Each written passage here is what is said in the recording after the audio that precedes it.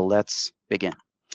Okay, so first and foremost, this webinar will be and is recorded. The recording session will be sent over to you, and it will also be available on demand after we finish the session. The questions and the comments are all welcome. However, the questions should go to the Q&A section, and if you want to do some live comments on the side, please use chat for this purpose. And as I said, at the end of the webinar, we'll have the Q&A. But no webinar is good without telling you to whoever just joined Atera or is planning to explore what we offer on top of the product itself. We have a lot of resources to choose from. So the number one is like the knowledge base, where you can find a lot of information inside the product. You can find the AI assistant to help you go through it. We have live chat with support, and they mentioned even twice, because I cannot stress this enough how good they are. We are offering 24/7 support all across the globe. We launched Academy. We launched several courses. They are basic at the moment. However, please go and check those out, especially when you're just starting with the product. But if you're advanced, please make sure to reach out to your CS person. If you know them, if you don't, just reach out to support to find out who is managing your account, and they will be in touch with you. And also they can request the professional services consultation with me or one of my colleagues.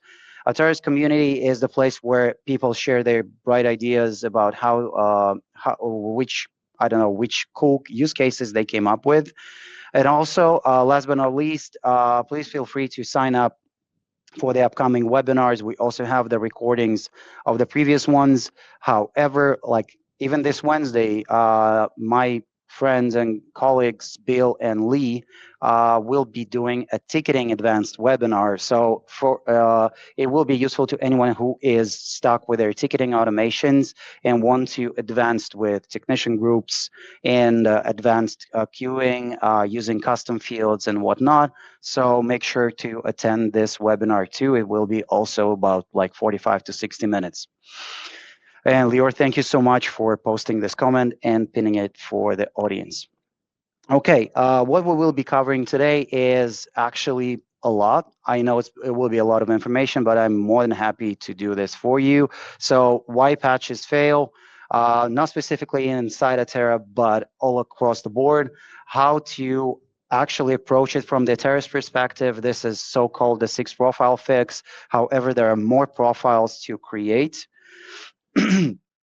Also, I will provide you a live demo of what I came up with in terms of the setup, how to configure it yourself, things to consider, and everything in between, and a mindset that we in professional services during the countless sessions with our existing customers that we discovered that work the best. And apparently, the more I say this to the customers, regardless if it's an IT department or if it's a managed service provider, to some, it's actually eye-opening, and I cannot wait to share this with you. Okay, so let's hit the ground and running. And my first stop is the strategy, which is called the 6 profiles. We decided to call it like this internally. However, yeah. Several ways to separate the IT automation profiles inside Atera. I will show the UI in a minute or so. It will all make more sense. However, I want you to get the basic understanding first. Even though the patching page inside Atera is a toolbox, which gives you almost like endless possibilities in terms of patching, we encourage you not to check all those boxes and rather choose the divide and conquer strategy. What do I mean by that?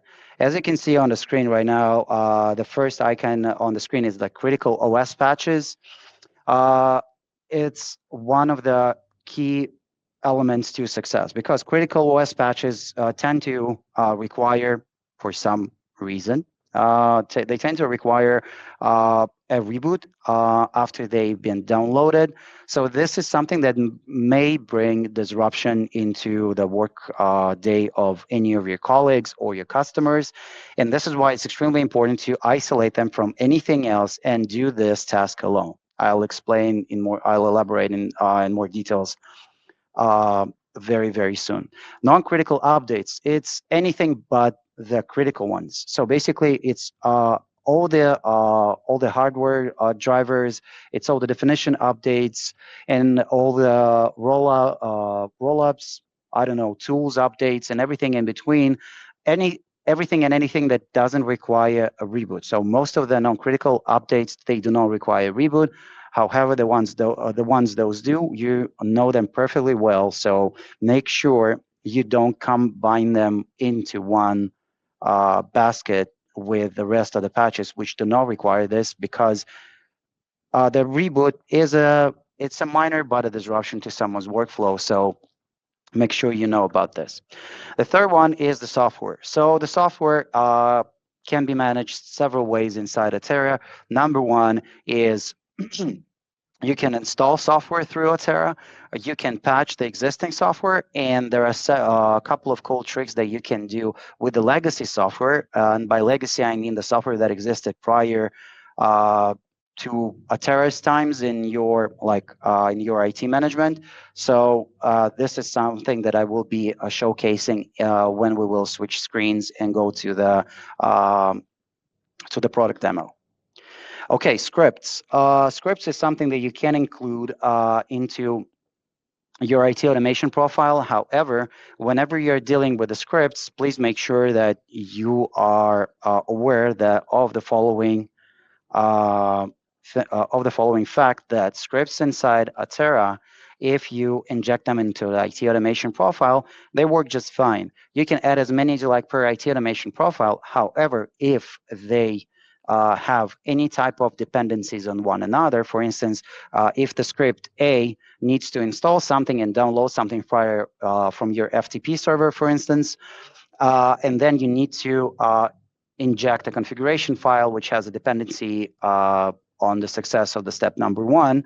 Please make sure to create a healthy time-based offset within the same script rather than adding additional scripts there, because there is a UI limitation which will be improved very soon, is that how the scripts are being present on the screen, they will be in the future releases, they will be executed in the same order. However, the whole page of IT automation page of the IT automation profiles page is something that is being discussed internally, and we might see a very interesting overhaul to this page. But um, I'm not allowed to share anything besides what I'm sharing right now. We'll see when it's closer to the release, and we will probably have a huge announcement about this. OS upgrades. Why should we isolate those? For starters, they usually cause a disruption for a given workstation or laptop, or maybe even a server for 1.5 to 2 hours. Yeah, they also entail several reboots, and this is what is highly recommended to uh, be performed as a separate and isolated task. And the last but not least is the maintenance. So the maintenance is something that is the basic workstation and laptop hygiene, maybe certain tasks that you would like to perform once per week or once, like maybe bi-weekly or once in a month. However, there are certain actions that you can do there. Uh, Very important thought that I would like to share with you today. I will be showcasing this shortly inside IT automation profile page inside Atera. So let me put it this way. So one profile, one day. So you need, before implementing the patching strategy, you need to have the following thought in mind. So if you're dealing on a given Monday, you're dealing with, or on a given Tuesday, because the patches come out on Tuesday. So if you're dealing with specific task on a given day. Don't mix it up with something else unless it's absolutely necessary. So try to use the evens and odds strategy. Like Monday, Wednesday, Friday, you look for critical updates, or Tuesday, Thursday, like whichever days you prefer. And on the opposite side, the non-critical updates, software updates, they can go on Tuesday and Thursday.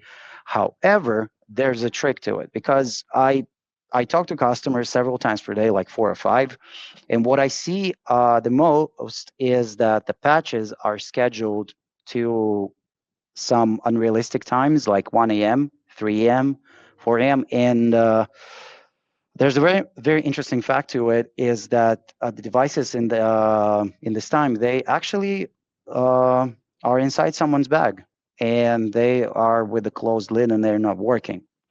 So with that being said, I would like to share uh, this approach. So imagine your workday starts at 9 a.m. and you see right now the four different times on your screen, which is 10 a.m., 12 p.m., and 2 and 4. So if your company starts working at 9, make sure all your people make it to the office, have their coffee, have their cooler talks, and their laptops are finally online. So the even when you do the patching execution at 9 a.m. sharp and your company starts to work at 9, someone's late, someone's in the someone's late, someone's having a doctor's appointment in the morning, maybe they're taking their kids to school, and life happens and they might not be at their desks. So this might cause the reduced success rate of the patches, like this one simple thing alone. So if you start working at 8, consider your 9 a.m. or maybe 9:15 even. I would even suggest to avoid sharp times, to give this extra couple of minutes, because usually at sharp times people tend to be running in between the uh, in I don't know, there might be managers and might be running in between the meeting rooms, and their laptop might be also closed, and then they will miss the specific patch profile execution. So in the bottom line, in the TLDR version of this slide, is that aim to target your devices when they are online. Don't try to approach them when they're not. And this is something that has been very you know the not very optimal in regards to patching profiles performance, and we receive those requests each day, every day. And this mindset change actually causes a lot of improvements alone. And let me stop sharing for a second and let me switch to the product itself, because there's something that I want you to know, and want you to see. Um, so that's the one. Okay. Let me drop a couple of pluses in the chat, please, so I know that you will see my UI, and I will probably zoom a bit in, because okay. Thank you so much. No more pluses needed, but thank you so much, guys. Okay, so this is the patch management and IT automation main. Zoom in, please. Okay, you got it. How about now? Okay, even more.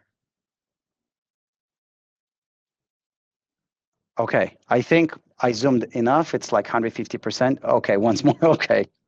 Okay, so this is the main page of the patch management IT automation. It consists of like main three things, and you can find them all in the patch management IT automation under the admin section inside Atera.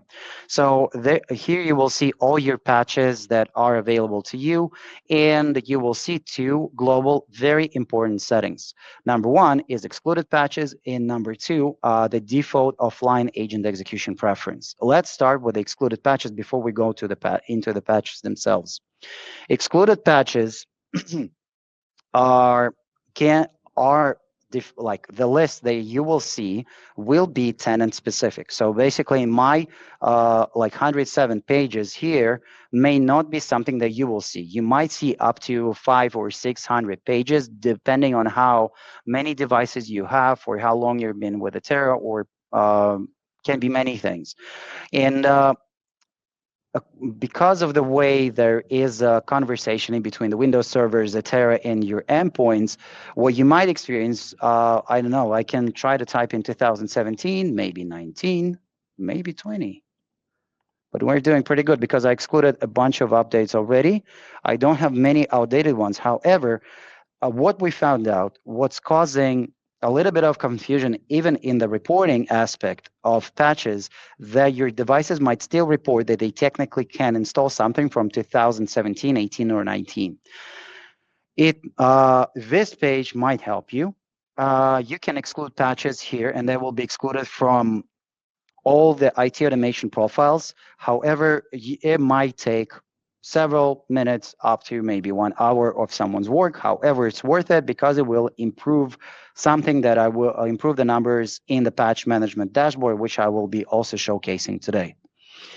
Uh, Okay, yeah. So Chris in chat just mentioned that I have 600 plus excluded patches. So yeah, this proves the point because they might report like HP printer drivers from 2017, 2018.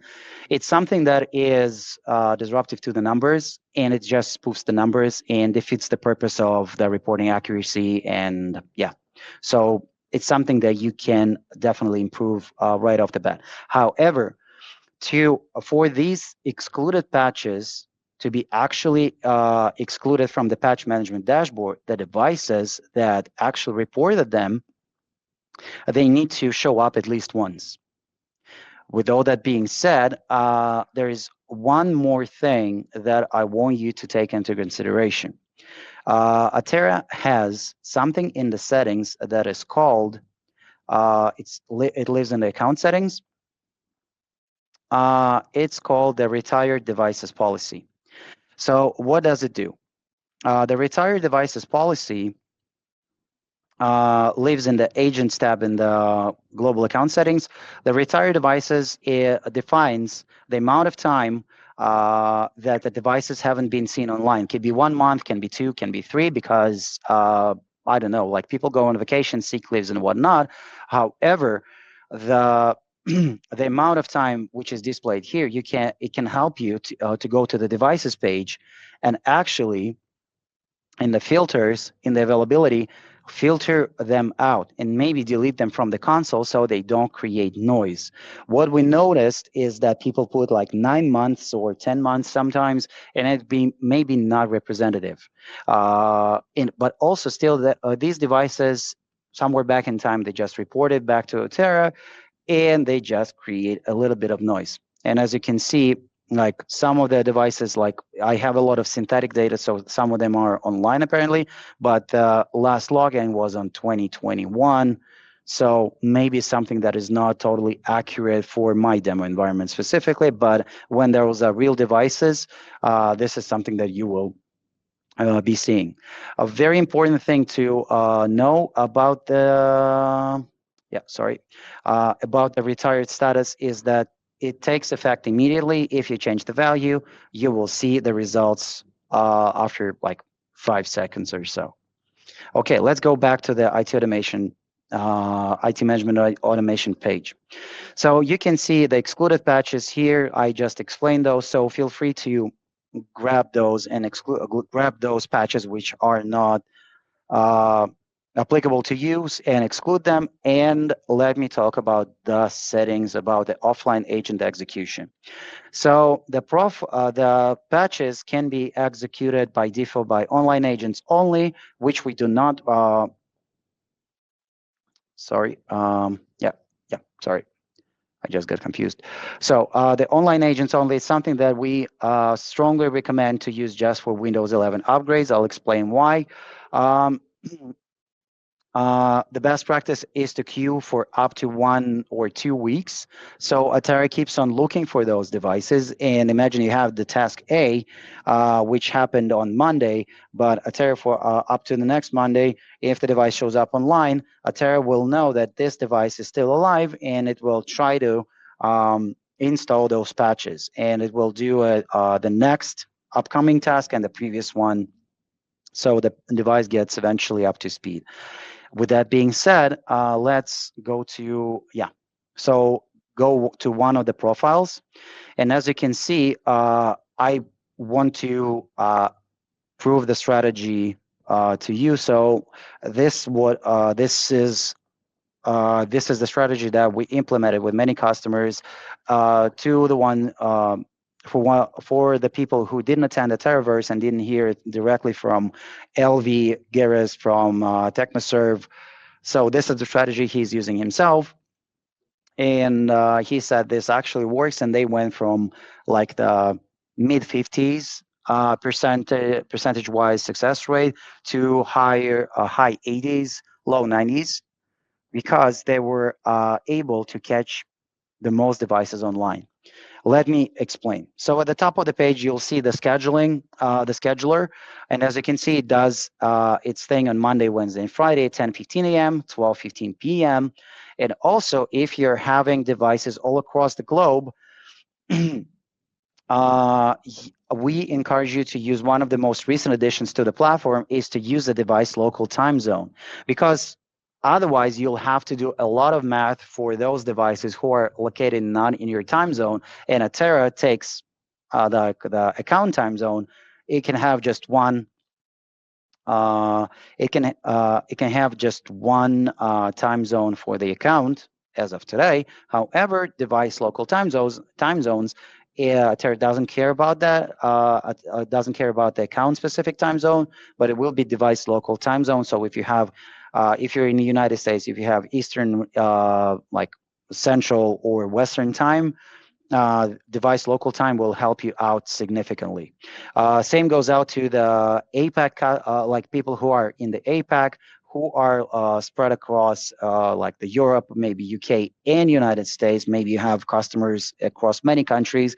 You can apply the same profile to many different customers without redoing the whole math and the whole strategy. Okay, with that being said, couple of things that I want to mention. As you can see, and what I don't see quite frequently, especially for the existing customers who joined us a while back, and when they were self-taught, onboarded themselves using their own knowledge. What I see the most is that people tend to check all the possible boxes, and Atari is not stopping you from doing it. However, in certain cases, like the upgrade to Windows 11, will show you a pop-up window. But not every checkbox comes with a warning. And if we go back to the slide that I shared, the 6 profile strategy, as you can see, the critical updates should be isolated from anything else, because they will more than likely cause uh, a reboot. But how should they do it? They should be accompanied at all times with a checkbox called reboot if needed, as you can see here. And reboot if needed checkbox will allow the configuration policies to kick in. Configuration policies is the custom behavior that will allow your devices to reboot using a distinct logic, which is specific to your organization. Because if not defined, as soon as the updates are have finished downloading, the device will reboot. With that being said, as you can see on the screen, I have critical patches set to 10:15 a.m. and 12:15 p.m. I didn't use, even though I mentioned the 2 p.m. and 4 p.m. on the slide before, it's more applicable to the non-critical patches. Why is that? Because the critical patches can be accompanied by the toast messages, which can be displayed on your end users' machines. Okay, so and if we go to monitoring automation and go to the configuration policies, so you may see this reboot. Reboot policy for critical patches. So you can prompt this every hour and force restart after 3 times. The default setting is 5, if I'm not mistaken. So it gives you a solid 5 hours from the latest patch execution on this day, and you had 2 attempts to catch those devices while they are online and connected to any type of internet source. And the custom message will be displayed as a toast message. However, what we noticed and what people tend to be doing is that they apparently mute toast messages because they are like annoyed to an extent. However, but then they will still come to your help desk and say that you never told me I need to reboot, and I was in the middle of something, and the reboot happened anyway. So two ways around it. Uh, at least the two that I know of, and we tried it with different customers. Number one is to use the script-based alerts, which you can do in Atera. So you create a script to monitor the registry value of the mute toast messages, and if it's set to like true, get it back to false. And the second one, and as soon as the Terra script-based alert discovers that it's not meeting its expected value, it turns it back to the old value. So people will never say that, oh, my toast messages were disabled, so I didn't pay attention that I need to reboot my laptop. The second way around it is to run a separate IT automation profile with the script, which will re-enable it several times per day just on its own without your intervention. But people won't be able to tell you that you have never told them to reboot. So, two things to remember here. So, if your latest execution is at 12 p.m. and you have the configuration policy, which gives the person 5 chances to postpone the reboot, it will end like the latest time when it will end, and it will do it anyway, will be about 5 p.m. So I do not recommend to take this post 6 p.m. or something when people will close the laptop, because their counter will keep going, and they will go over this 60 times 5 or 60 times 6. And what they're going to experience the next day in the morning, the first thing they're going to experience when they open the laptop, it will be a reboot. And it's not a pleasant thing to have when you're racing to get another meeting, and maybe you're even presenting. So no one will say thank you for that. So that's that for critical patches. Worth mentioning about critical patches specifically, in particular. So the critical patches in conjunction with configuration policies, the configuration policy specifically, will work only when they do not conflict with an existing GPO or Intune policy, which includes certain reboot behavior. We saw some cases like this. So to mitigate this, Atera needs to have kind of an exception inside the GPO, or the Intune policy should, skip this specific action. Otherwise, the configuration policies will not be as useful as they can be. And this is something that we face, and this is something that we give warnings about, and I'm warning you too, and people suffered, so you don't have to. Okay. And last but not least, in this UI, and also it goes out to the IT automation profiles themselves. It goes out to alerts. It goes out to what else? Like IT automation profiles, alerts, and configuration policies, sites, folders, and agents. This hierarchy exists until we introduce different improvements, amongst which are dynamic groups and one more layer to the site folders, and so you will have more flexibility around this.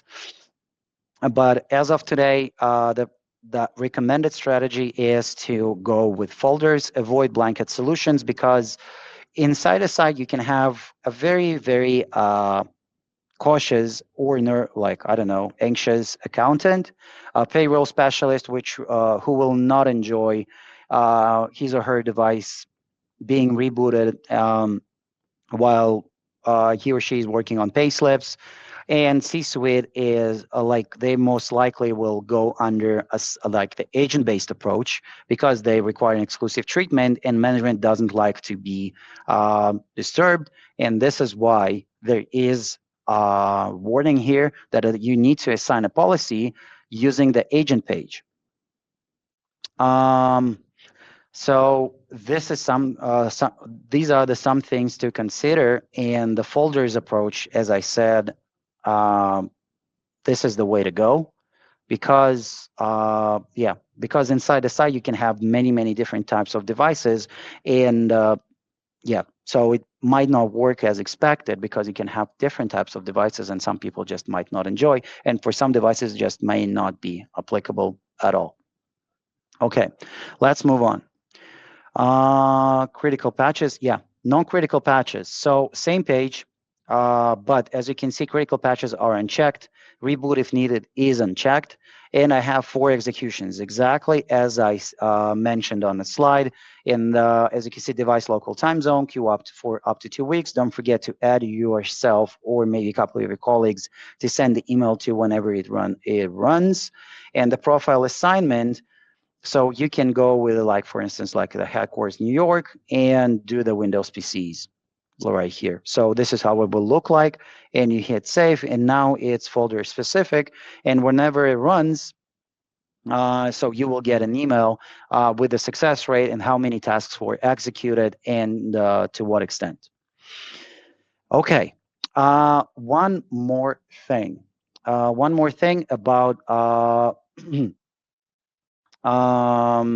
more thing about patching page in general, about the, like, how patches should be installed, and what should you be doing in order to make uh, as educated assessment as possible. It's called OS. The feature is called OS patch approval setting, and what it does do, it allows you to postpone patches. It acts as basically as a safety net. And it allows you to do the assessment before you make a decision whether you should be installing a specific patch or not.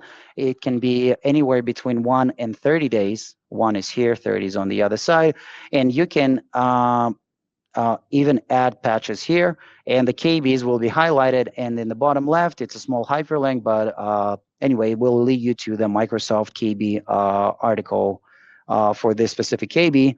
And excluded patches are forcefully excluded. However, when they reach your um, OS patch approval settings, they will have status postponed, and the auto approval date, like here, it will be displayed. So when will they be installed?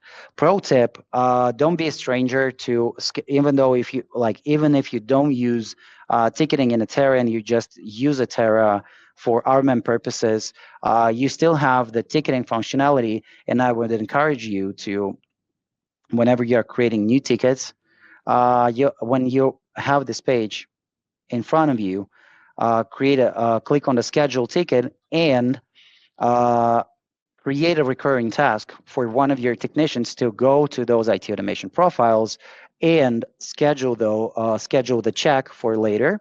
And pro tip number 2 is that, let me go to one of the IT automation profiles. Each and every IT automation profile has a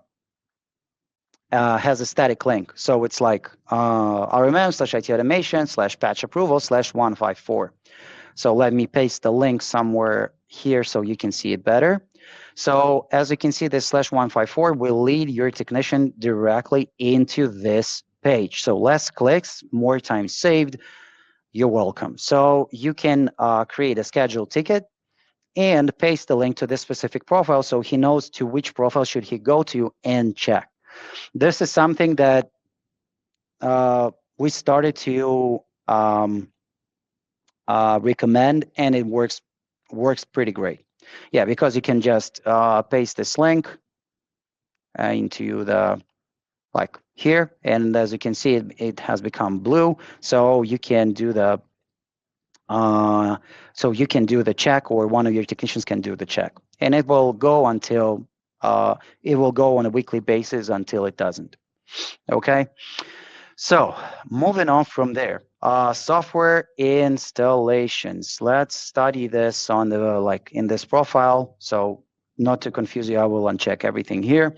Software installation. So several ways to get software onto your machines using Atera.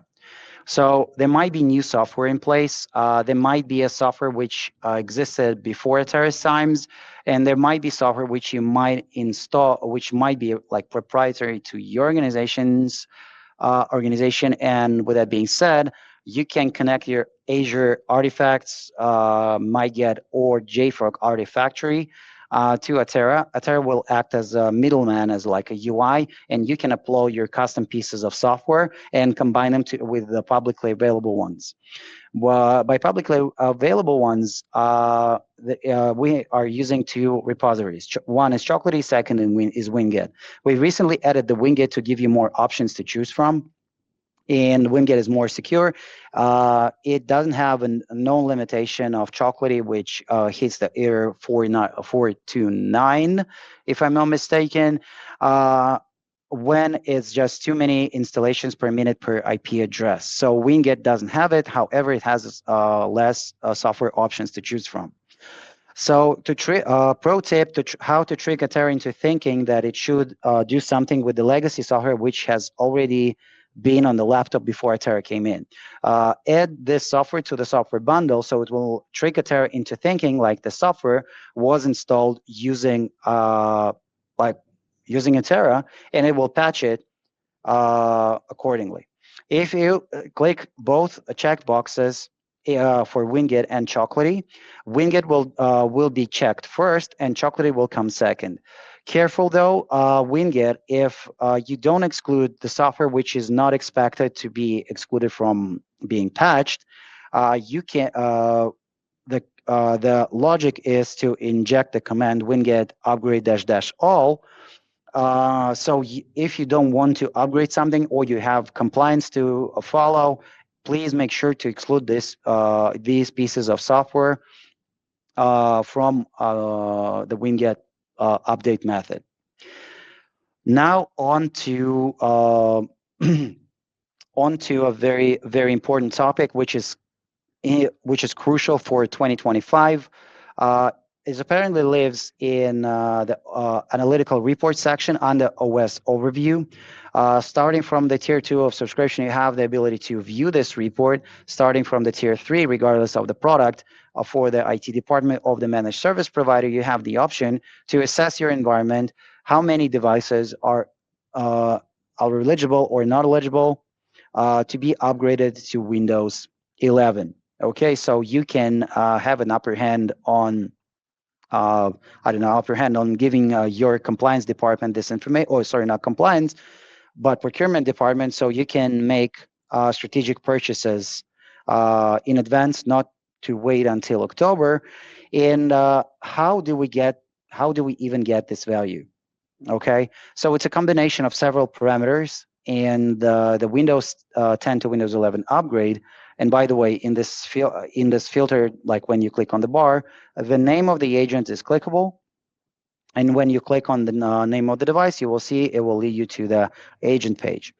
And after it's loaded, you will be able to go to OS and security, and you will see the Windows 11 eligibility, and it will say not eligible.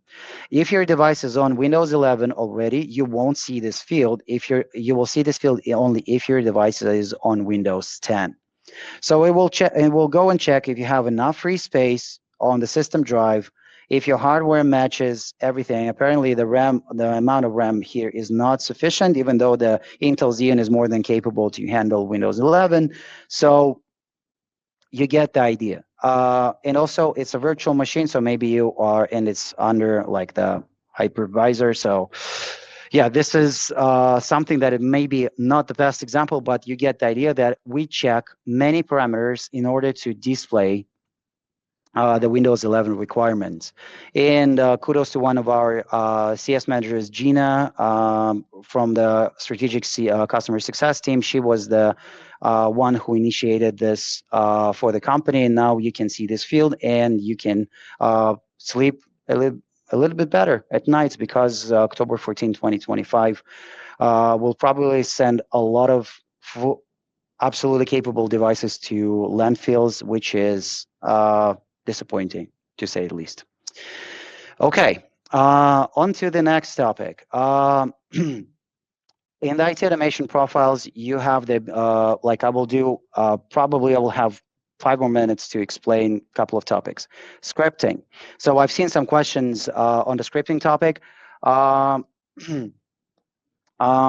and also answer your question, Chris and John, while you're discussing software repository for proprietary software items is available on enterprise for IT departments and superpower for MSPs. So it's the top level subscription. You can talk to our account manager or account manager team if you're an existing customer, or to your customer success, or you can talk to your account executive about this if it's something that is of your interest. If you're just considering Atera, so it might be worth checking out. It will come. It will also come with a bunch of cool features like SSO, unlimited custom assets, private repo, network discovery at no cost. So it's all good stuff. So make sure you take this into consideration while making your buying decision. Yeah. Uh, Okay, on to the next one, scripting. Scripting inside Atera has two things, and you probably have noticed for existing customers, notice that we have the scripting, which can be enabled, certain scripts can be enabled for Copilot, and Autopilot we introduced just about 3 weeks ago, which is the end user focused AI assistant. Not the topic for today's discussion. Please check out our webinar schedule, but it will probably be very disruptive in a positive way to the market. And it already is, to be honest. Let's cover like 2 minutes about scripting. Several things to do here, and it's something that I see time and time again. People don't use it to an extent they could have been using it. So if you create a script, and as you can see, the file type is here, is the like PowerShell's type of script. You can see that it's definitely something that is Windows based. For Mac users, you can choose the extension. You can choose it to .sh, click on modify. It will change the OS focus of the script. If you didn't know, now you know. Also, if you have AI Copilot in place in your, it's included in your, like it's part of your license, not included, it's a paid add-on. So if it's part of your subscription, so script name and script description, please make sure to make them as detailed as possible because it affects how easy it is for or will be for Copilot to understand that this script does this specific thing, because Copilot has certain guardrails, among which, for instance, the ability to delete files on the machine. And it will say, for instance, I want you to delete the biggest file in the downloads folder. Well, it won't be able to do it by itself. However, it will say, I cannot do it myself. However, I know a script which can. And this is something that you can include into your patching sequences. So, and also you can start a new command line, and as you can see, like on the line 26, reboot the PC. Oh, sorry. Let me switch it back to the PS. Let me modify the script so it's back to the Windows mode. Okay. So each and every comment field, starting with a hashtag, it's highlighted here. However, everybody ignores that after 1200 seconds. And I'm not a huge coding guy, but oops, after 1200, let me do the seconds, hit space, hit enter, and it will work on adding an incremental change to your script. So it may also significantly improve your like any type of configuration efforts, patching efforts, software installations effort, any type of configuration or commands that you're trying to inject. Cool thing about this, and I encourage you to use it whenever you're trying to test something. Open this test device. I encourage you to have one. It will launch maybe a bad example, but maybe something that is this one. So we will launch the PowerShell emulation, and you will be able to hit play and inject the script and check if it works, and then include it to your IT automation profile for further execution, or you can use it in your thresholds IT automation profile. Last thing for today that I'm gonna share. So I will be sharing a slide instead because This is very crucial about the Windows 11 upgrade, one of the hottest topics that I constantly coming across. Mm, let me share my screen. Yeah, here's my slide deck. Okay, so Windows 11 folder, extremely crucial. So inside our customer, create an isolated folder for this test because I want to answer at least some of the questions. I know Lior did a tremendous job in answering some of those, but I still want to answer some myself. So when it comes to the Windows 11 upgrades, you need to create an isolated folder inside your site, then create an isolated IT automation profile, which will do the restore point, and make sure you give it enough time because this task, according to Windows, takes anywhere between the 20 and 45 minutes to perform. And after this, after prior notification to the end users, you perform the actual Windows 11 upgrade. Okay, so you can move the devices around inside a specific site. So you can move those to this folder, and this folder will have a dedicated task to upgrade the devices at a designated point of time. So, and also, since you have given warning to end users, this is one of the only profiles that we recommend to execute just on online agents only.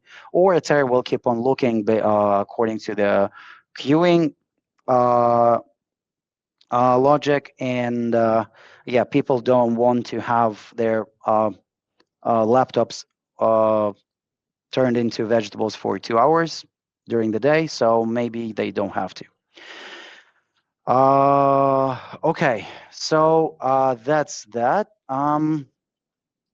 A couple of things that might cause disruption. Okay, so overlapping schedules. As I said, several things that you should be avoiding. So try to avoid several tasks all at once, or putting all eggs into one basket and do the spray and pray approach, all the check boxes. No matter how you name it, don't do it, please, because you will get suboptimal experience with patching at Atera.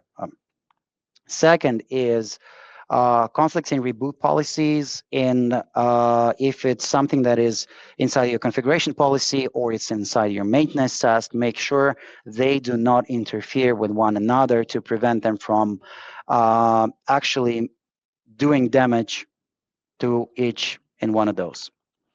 Uh, so excluding patches on the IT automation profile level might not always do the trick. Please consider the global exclusion unless it's something that is intentional and you need to exclude it for certain sites, but it's totally fine to be installed on the other ones. And the last but not least, make sure to pay attention, as I mentioned earlier, make sure that toast messages, especially if you're using configuration policies, those are not muted. So people won't come and tell you that I have never heard of such thing as a toast message. I don't know why it's called as a slice of bread, which just jumped out of a toaster. And the rest you probably heard way more times than I did. So with all that being said, that's it for my part. We have 10 minutes for questions. I will stop sharing and we'll probably switch to the Q&A section. And so modified window. Arnaldo, just saw your question, so I'll start with this one since we just passed through the Windows 11 topic. So we don't support the direct like uh, upload or use of like a Windows 11 image. However, we support the golden image, and you can include the Atera agent into it. In the IT automation profile page, it actually includes a checkbox which will allow you to include the Atera agent inside the golden image. There's a KB article about this in the Help Center. Lior, if you would be so kind to share this KB article, I think it's like you can look for golden image. And you can include the Atera agent alongside with the Windows 11 installation. And in the IT automation profile page, there is a checkbox to run the profile on newly installed agents. This will this will be a good segue into optimizing how you prep the devices before they get handed over to your end users or customers, so they don't have to open the laptop and find out that they have like a bunch of updates to go through and they cannot start working until it's done. And save yourself some time on the ticket or two. So yeah, so you don't have to go through them one by one. um, so, and let me go through several questions. Pa-pa-pa-pa-pa-pum. So, pa-pa-pa-pa-pum. Okay, I'll start with this one. It came in quite early. And so, Curtis asked a question. What are the patch scheduling recommendations if I have users working 24/7? So, um, my my personal take will be the following. So consider when your users are not jumping in between the meetings, and try to find a time when they are like, okay, usually they're checking their emails somewhere from, I don't know, 9:30, 10 a.m.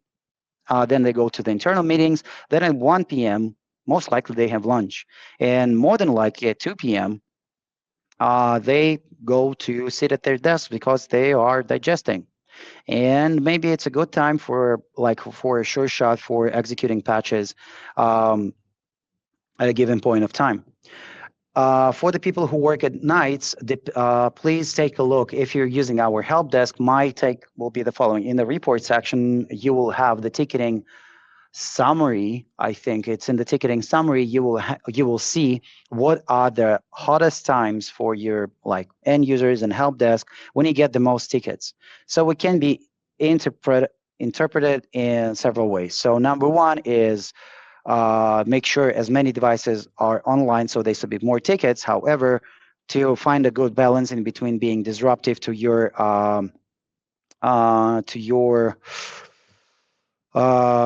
employees' work and your technicians' work.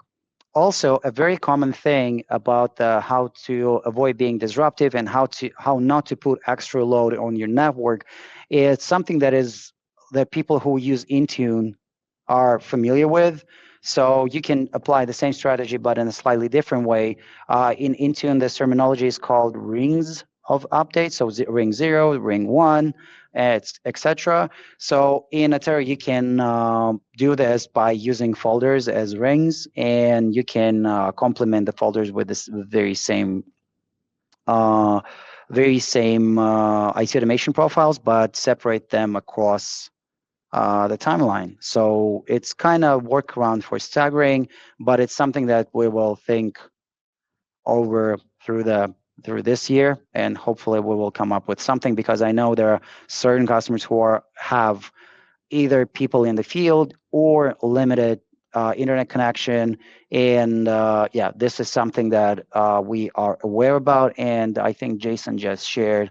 Yeah, this is something that we're aware about. The bandwidth limitation is a thing. Yeah. Okay. Moving on from there. So patch schedules. I think I responded to this during the webinar. Please feel free to rewatch it. Anthony Leociano, it was Loyacona. I'm sorry if I mispronounced. Um, so why do I need a configuration policy if the host is in default settings? So the configuration policy is needed to override the reboot behavior on your machine if you don't have a GPO in place which controls the reboot.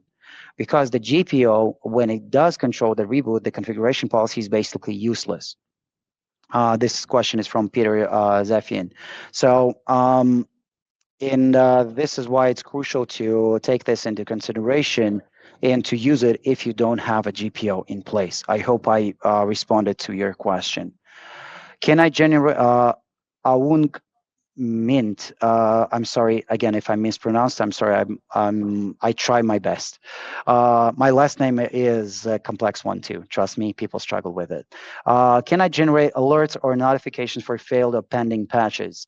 So whenever you are executing a patch, you can first of all send the recap of how did it go. Second is the recent processes report, which you will find in the report section. It's in the operational reports available to anyone. A very cool report also to go through is to look for patch and automation feedback. This is one of the reports that is also available. And if you want to install something on the spot, you can definitely check it all out there. And also, I absolutely forgot, this is my bad. And let me very quickly, before we wrap up, get back to screen sharing and show you the patching dashboard, because I did forget to mention that, like I totally like got too excited of all the information I was about to share to you. So the patch management dashboard is available to anyone and everyone. And as I said, it will display all the devices across the board. I will recommend to check all the classes of updates and patches separately, not to rely on the math average because it might be not as meaningful to you. Top vulnerable devices, the ones who are reporting just one patch, they can be, if they're offline, chances are, this is something that I mentioned earlier, a patch that cannot be excluded and you get the error 0x80 something K. So it happens. We recently introduced patch on installation for the patches which are supporting this. And also you can check out the software updates, which was also recently added, and also the installed patches. For instance, you can see for 16 devices, this patch has been installed, which is quite cool.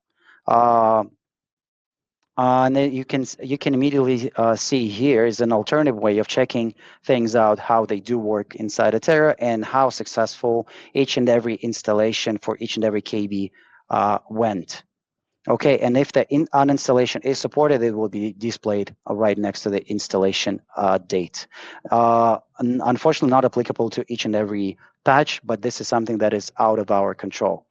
And also, you can see that from the device perspective, we will, in the upcoming iterations, we will add more mass actions. Right now, the only mass action is the reboot here on the device level. However, the intention is to make sure that if you're installing something in bulk, this is something that you would do use this as the spot checking tool, not like the main tool, because the main tool is the IT automation profile.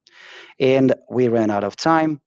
Thank you so much for joining us today, and good night and good day to you all.